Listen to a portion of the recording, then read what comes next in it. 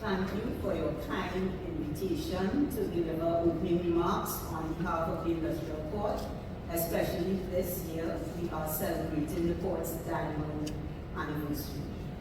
This is indeed a timely initiative, and I commend you for putting together such a comprehensive program for participants today. In attempting to predict the future, we must first take cognizance of our present reality. My approach to my task this morning will be, in the time allotted, to touch on labor law reform in Trinidad and Tobago and to suggest certain reforms that may be desirable given the direction that the world seems to be heading. A world of inclusivity and greater access to justice, a world of uncertainty from weather patterns to fast-paced technological changes. If our industrial relations climate is to keep pace with societal changes, reform of our labor laws must be essential. The main laws that engage the attention of the Industrial Court are the Industrial Relations Act, Chapter 8801, the Retrenchment and Severance Benefits Act, Chapter 8813, the Maternity Protection Act, Chapter 8804, the Minimum Wages Act, I made something with an error, but I think it's the 8813, the Occupational Safety and Health Act, Chapter 8808, and the Children Act, Chapter 4601.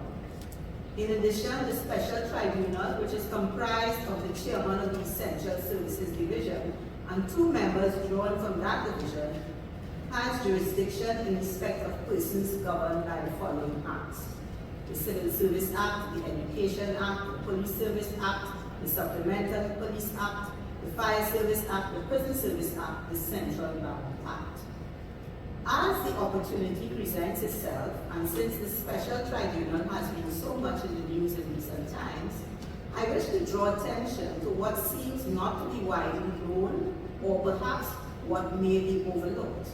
That is, the Special Tribunal, in the hearing and determination of any dispute referred to it, is empowered by virtue of Section 21(6) of the Civil Service Act, in addition to taking into account any submissions, arguments, and evidence presented or tendered by or on behalf of the appropriate recognized association and the Chief Personal Officer, in its judgment, shall be guided by the considerations set out in Section 22A to F of the Industrial Relations Act. These considerations are the necessity to maintain and expand the level of employment, the necessity to ensure to workers a fair share of increases in productivity in enterprises, the necessity for the establishment and maintenance of reasonable differentials in rewards between different categories of skills, the necessity to maintain and improve the standard of living of workers, the necessity to preserve and promote the competitive position of products of Trinidad and Tobago in the domestic market as well as in overseas markets, the need to ensure the continued ability of the government of Trinidad and Tobago to finance development programs in the sector. So those are some of the factors that the Special Tribunal shall, not must, not may, shall have regard to in its deliberations. I move on now to labor law reform. The International Labour Organization, I refer to throughout as the ILO, in a sub-regional labor law training workshop in 2023, addressed the reasons for labor law reform and what they recommend as the best approach. Some of the reasons they posited for labor law reform, and with which I agree, labor laws may be failing to achieve their objectives because they do not fit well with labor market conditions. This may be because they were inherited or borrowed.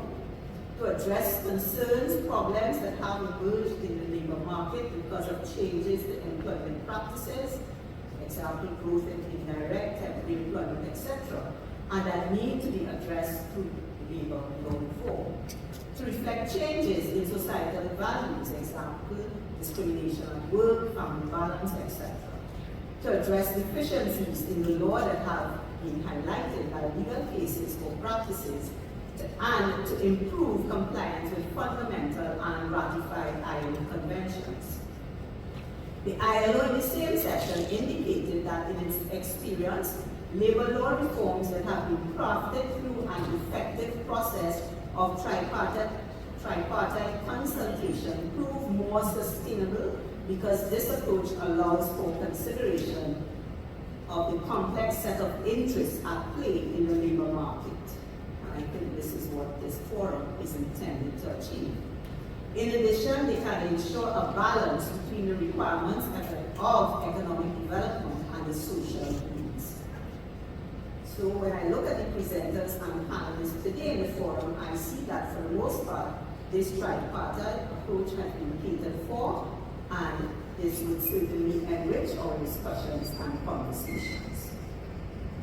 In our attempts to reform our labor laws, we should consider exactly who we are targeting when we set out to draft these reforms. While the obvious answer is brute force, this consideration is important because of the generational differences in brute force today. As many human resource managers and those in HR know, the needs of all of these generations differ. If I am to go by research in this area, as well as from my own experience and observation, the workforce is currently made up of 4 generations.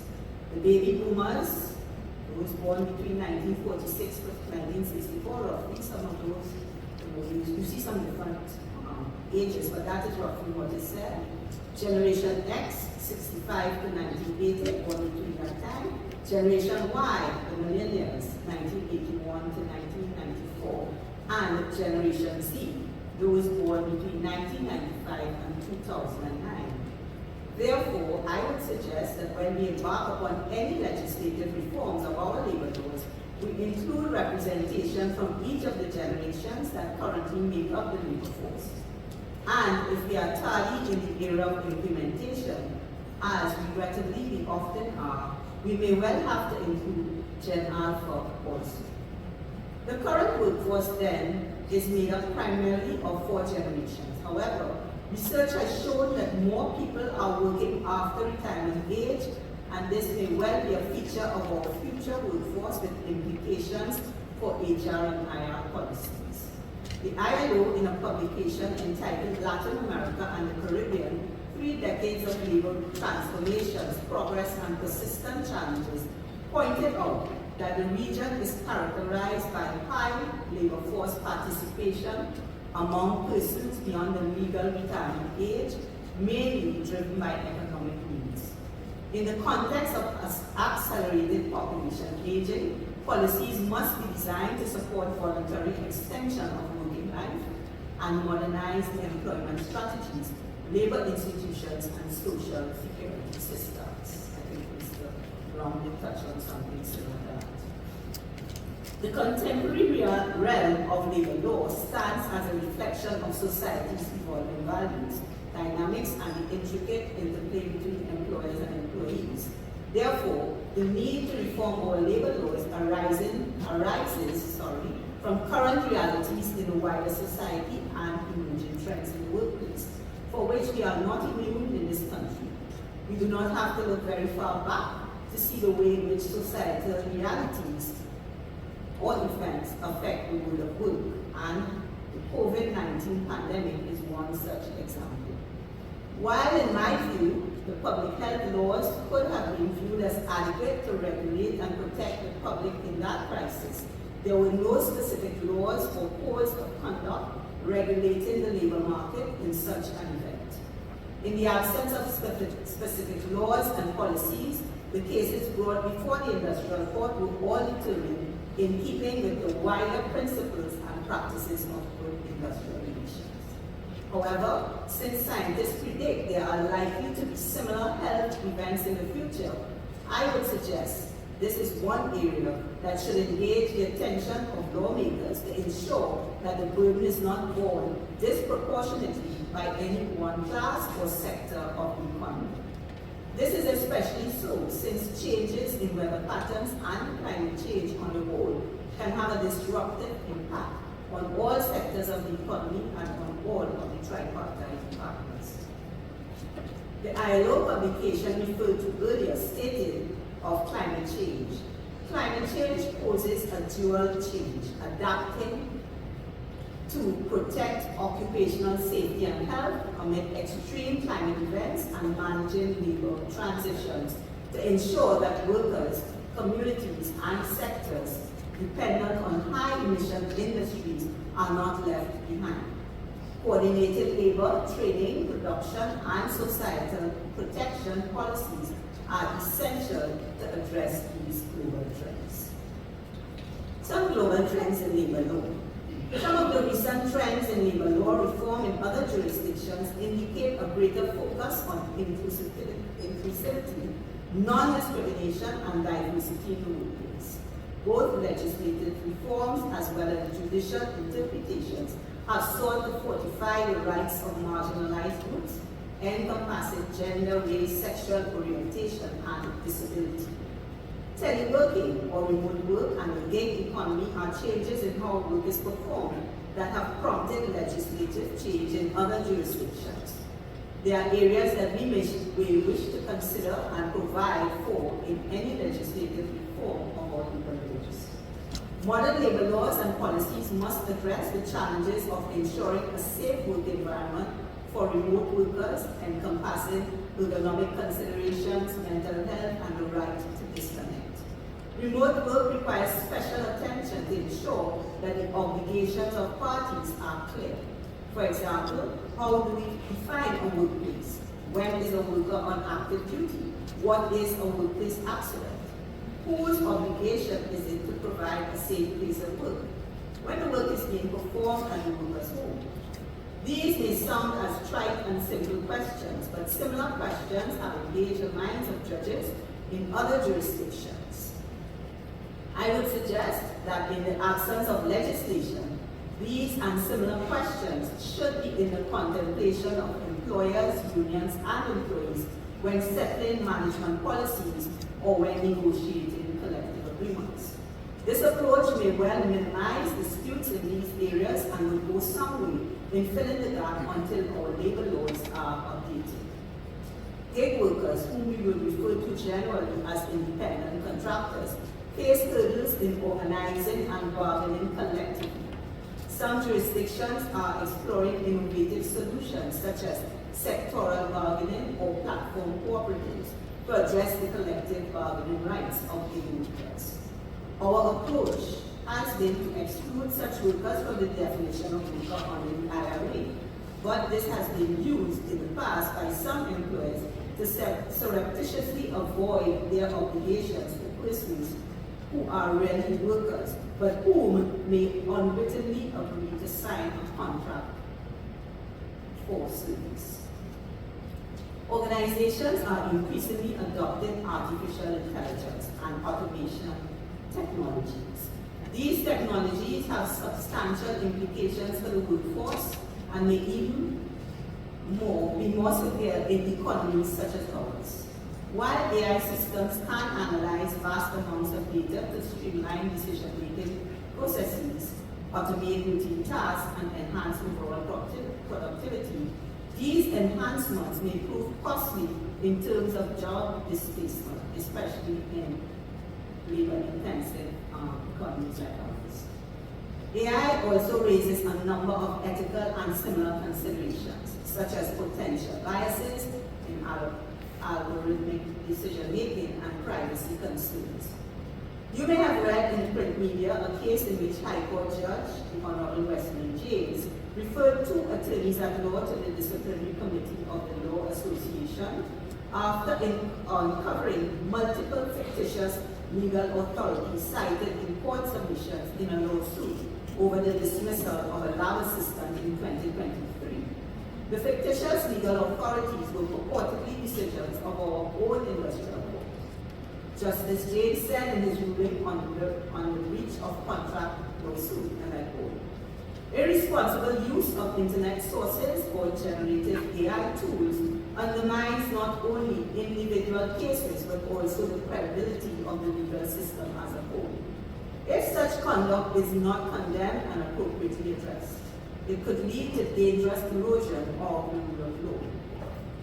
This is possibly the first case locally involving the use of AI resulting in sanctions.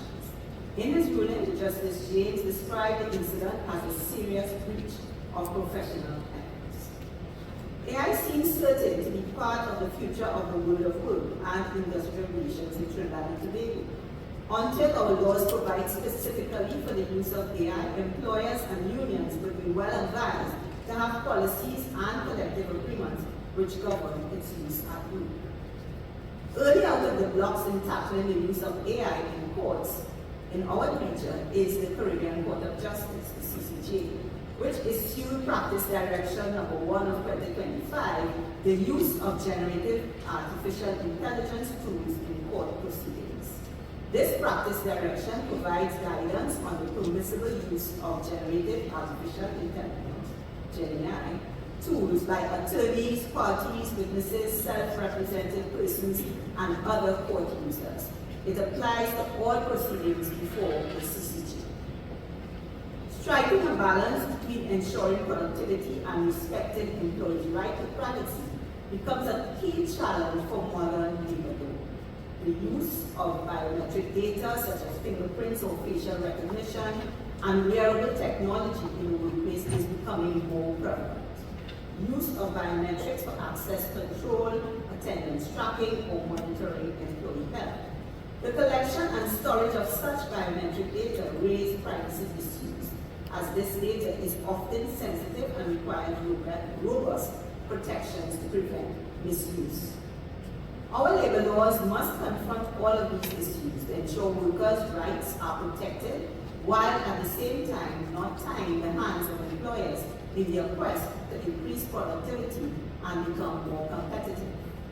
Globalization, which has facilitated the movement of labor across borders, brings with it cross-border employment arrangements which pose their own peculiar challenge in the form of complex cross-border employment dynamics.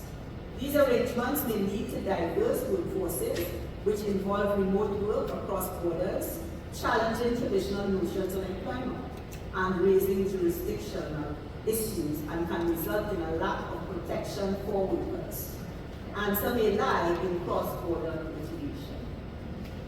Reported in ILO publication Justice Across Borders, Access to Labor Justice for Migrant Workers Through Cross-Border Litigation, are 6 case studies which involve cross-border litigation. They were in respect of migrant workers. These cases shed light on legal complexities and challenges faced by workers and their representatives in bringing forward cross-border claims. The 6 successful legal court cases were from Belgium, China, Germany, Indonesia, Jordan, and the United States of America. The cases involved both individual and collective actions brought on behalf of a group of workers from a variety of sectors and experiencing various labor and human rights violations. The workers involved included construction, agriculture, and domestic workers who suffered violations including wage theft, sexual assault, and the charging of illegal recruitment fees. Without going into the details of those cases, what was seen as critical to their success, among other things, was the existence of a legal framework and labor complaints mechanism that permitted migrant workers to pursue cases in the first place, and in particular, the ability for complaints to continue once the worker was no longer in the country of employment. These cases underscore the importance of having our labor laws keep pace with contemporary times. In the United Kingdom, the Employment Rights Bill of 2024, there are certain changes I would highlight and in the case of Kenya. Some of the features of the Employment Rights Bill of the UK include upgrading employment rights, addressing issues like job security, fair play, and family-friendly policies, prioritizing fairness, equality, and worker well-being by strengthening protections against sexual harassment, improving gender equality, and supporting whistleblowers. I know we do have whistleblower legislation, but I don't think it has been proclaimed as yet. Modernizing trade union legislation and empowering trade unions by repealing restrictive laws, simplifying processes, and introducing new rights and protections for union representatives. In the UK, the establishment of the Fair Work Agency will also enhance enforcement of employment rights, including investigating labor abuses and regulating umbrella companies. The bill is designed to balance the needs of businesses and workers, ensuring productivity and living standards are improved while maintaining fairness. In the case of Kenya, there was the obligation for background checks for employment purposes. But the Employment Amendment Act 2022 amended the Employment Act 2007. Prior to that amendment, some employers required job applicants to provide clearance and compliance certificates from various government bodies as a prerequisite to being interviewed. That law presented hardship and expense to many potential employees. By an amendment of the Act, which came into force in 2022, employers can only now require certificates from prospective employees once the employees have been granted an offer of employment. Another change of that act was the introduction of pre-adoptive leave, very progressive, and also in the area of probationary appointments. This was not a legislative change per se, but this was a change by a judicial change.